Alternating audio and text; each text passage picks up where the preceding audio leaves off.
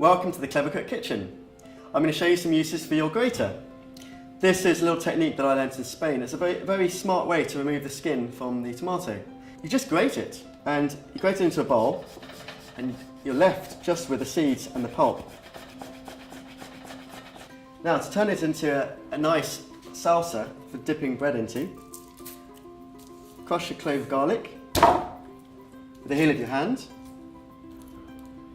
and then grate that into the tomatoes. Take a spoon, give that a little mix round. What you want to do is let that garlic get into the tomatoes, let it sit for a while. Add a good pinch of salt and a few tablespoons of olive oil.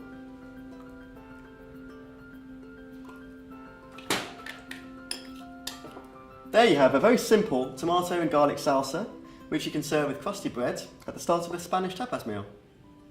The Clever Cook grater is perfect for zesting oranges, lemons and limes, any citrus fruit. I'm going to make an orange chantilly cream. So just zest it straight into the catcher. Turn the orange around in your hands. When you've collected about a tablespoon of zest, tap that into the bowl and pour over some cream. Add a little icing sugar to sweeten it. Give it a whisk.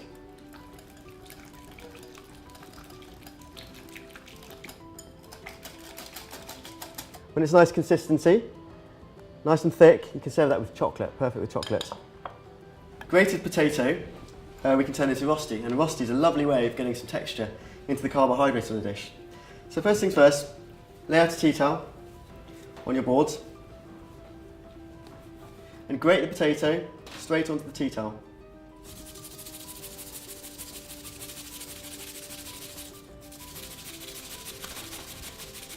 Once you've grated the potato, wrap it up in the tea towel and squeeze out any juice. See how much is coming out of there?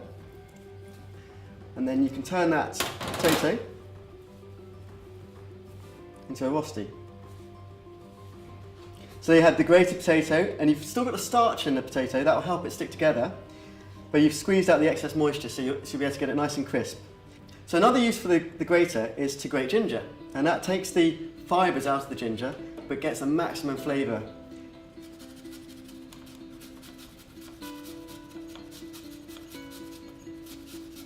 So when you have a teaspoon or so of ginger, add some soy sauce.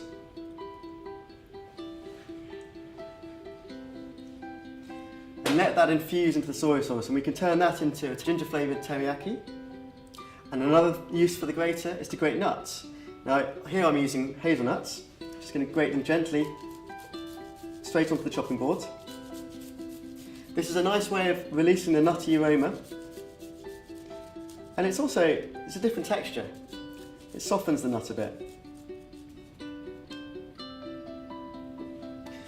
Once you've got enough hazelnuts, you can use it to decorate your chocolate tart. So there you have grated hazelnuts to decorate your chocolate ganache tart.